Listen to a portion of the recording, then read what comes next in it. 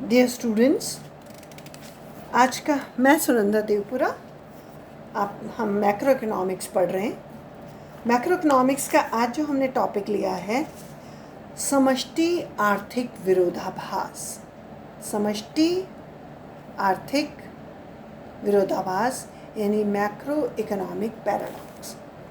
बहुत सिंपल शब्दों में हम अगर इसको समझना चाहें तो कई बार जो चीज़ माइक्रो के लिए सही प्रतीत होती है यानी इंडिविजुअल के लिए सही प्रतीत होती है वो ज़रूरी नहीं है मैक्रो के लिए भी सही हो, यानी कि वो ज़रूरी नहीं है कि समष्टि के लिए भी सही हो, संपूर्ण के लिए भी सही हो।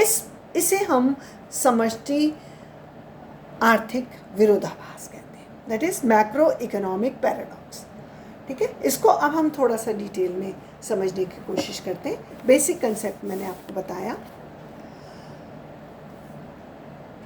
आर्थिक विश्लेषण में कई बार ऐसी स्थितियां आती हैं जब एक व्यक्ति के रूप में सही एवं लाभप्रद हो सकती है कि जो कोई एक बात किसी एक व्यक्ति के रूप में सही और लाभप्रद हो सकती है वही बात समग्र के रूप में गलत एवं घातक हो सकती है।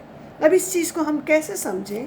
इस चीज़ को हम उदाहरण से समझ सकते हैं, और ऐसी ही परिस्थिति जो भी आती है उसे हम अर्थशास्त्र में जब भी ऐसी परिस्थिति आती है, ऐसी विरोधी परिस्थिति आती है, इसको हम समष्टि आर्थिक विरोधाभास यानी मैक्रो इकोनॉमिक पैराडॉक्स कहते हैं। इसको अब हम एक उदाहरण से समझना चाहेंगे।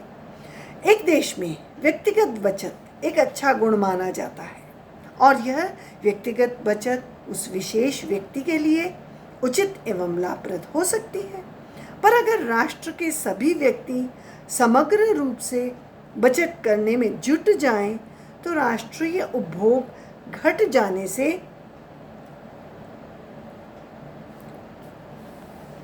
अर्थव्यवस्था में वस्तुओं एवं सेवाओं की उपभोग मांग घट जाने से मंदी की स्थिति में आय एवं उत्पादन एवं रोजगार में कमी अर्थव्यवस्था को मंदी के दुष्चक्र में फंसाकर घातक एवं अनुचित सिद्ध हो सकती है।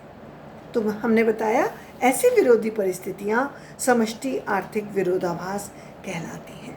अब इसके कुछ हम उदाहरण विरोधाभास जो अर्थव्यवस्था में उपस्थित होते हैं उनके बारे में चर्चा करेंगे। कुछ प्रमुख विरोधाभास, जिसमें पहला है जो मैंने आपको अभी पहले भी बताया कि व्यक्तिगत बचत एक अच्छा गुण है किंतु राष्ट्रीय आय सामूहिक बचत अनुचित एवं घातक सिद्ध हो सकती है। दूसरा पॉइंट है व्यक्तिगत बैंक में जमा राशियां निकालने पर कोई समस्या नहीं होती, परंतु अगर राष्ट्र के सभी व्यक्ति बैंकों से अपनी जमाएं निकालने लग जाएं तो बैंक फेल हो सकते हैं। यानी एक व्यक्ति ने बैंक से अपनी जमा राशि निकाली, उससे कोई अव्यवस्था या समस्या नहीं है, लेकिन सभी लोग निकालने लगेंगे तो बैंक निश्चित रूप से फेल हो जाएंगे, क्योंकि बैंकिंग सिस्टम ही इसके ऊपर आधारित है। नेक्स्ट पेज पर चलते हैं हम। थर्ड पॉइंट, प्रकृति की कृपा से अच्छी फसल व्यक्तिगत कृषक की आमदनी में वृद्धि का सूचक है, पर अगर समूचे राष्ट्र का कृषि उत्पादन इतना अधिक बढ़ जाए कि अति उत्पादन की स्थिति हो जाए तो कृषि उत्पादों के मूल्यों में भारी गिरावट होगी। ये भी अपने आप में समष्टि विरोधाभास का उदाहरण है।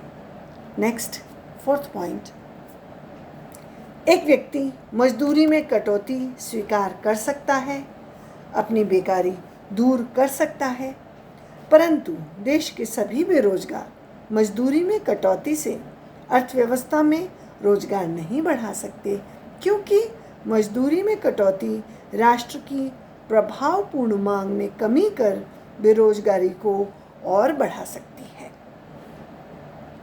नेक्स्ट फिफ्थ पॉइंट, एक व्यक्ति द्वारा अपनी आमदनी से अधिक व्यय कर ऋण में डूबना मूर्खता का परिचय है। कोई भी व्यक्ति इंडिविजुअल ऐसा नहीं करना चाहता है या करता है कि वो जितनी उसकी आय है उससे अधिक व्यय कर दे, क्योंकि वो उसके लिए ठीक नहीं है, वो उसके लिए गलत है। लेकिन कई बार राष्ट्र विकास तथा मंदी के निराकरण के लिए ऋण लेके और घाटे का बजट बनाते हैं, तो इसे हम बुद्धिमत्ता कह सकते हैं। क्योंकि कई बार राष्ट्र को मंदी से निपटने के लिए या घाटे से निपटने के लिए घाटे का बजट बनाना पड़ता है, जो कि अर्थव्यवस्था की सेहत के लिए बेहतर होता है। तो ऐसे उपाय किसी भी राष्ट्र में अपनाए जाते हैं और उनकी अपनाए जाने की आवश्यकता पड़ती है। नेक्स्ट पॉइंट, 6 पॉइंट, एक व्यक्ति अपने निजी लाभ के लिए भ्रष्टाचार, रिश्वतखोरी, कालाबाजारी, लूटपाट में लिप्त होकर लाभ कमा सकता है, परंतु समूचा राष्ट्र इस प्रकार की गतिविधियों से नुकसान उठाता है। एक व्यक्ति के लाभ के लिए वो कई बार गलत रास्ते अपना सकता है, एक व्यक्ति अपने लाभ के लिए कई बार गलत रास्ते अपना सकता है, लेकिन वो संपूर्ण राष्ट्र के लिए वो रास्ता ठीक नहीं होगा।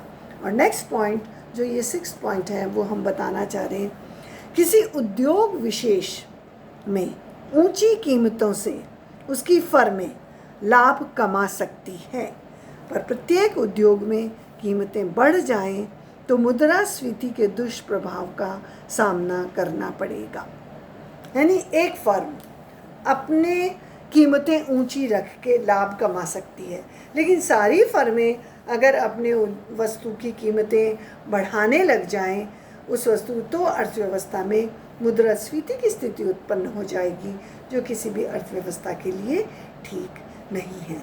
तो इस प्रकार ये काफ़ी सारे एग्जाम्पल्स हमने दिए जो मैक्रो इकोनॉमिक पैराडॉक्स को बताते हैं या समष्टि आर्थिक विरोधाभास को बताते हैं कि जो किसी एक के लिए, इंडिविजुअल के लिए जो चीज़ सही हो सकती है वह आवश्यक नहीं है कि संपूर्ण राष्ट्र के लिए या संपूर्ण अर्थव्यवस्था के लिए सही हो।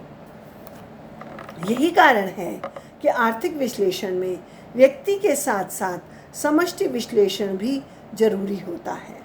विश्वव्यापी आर्थिक मंदी के समय कीन्स ने समष्टि विश्लेषण को प्रधानता दी थी।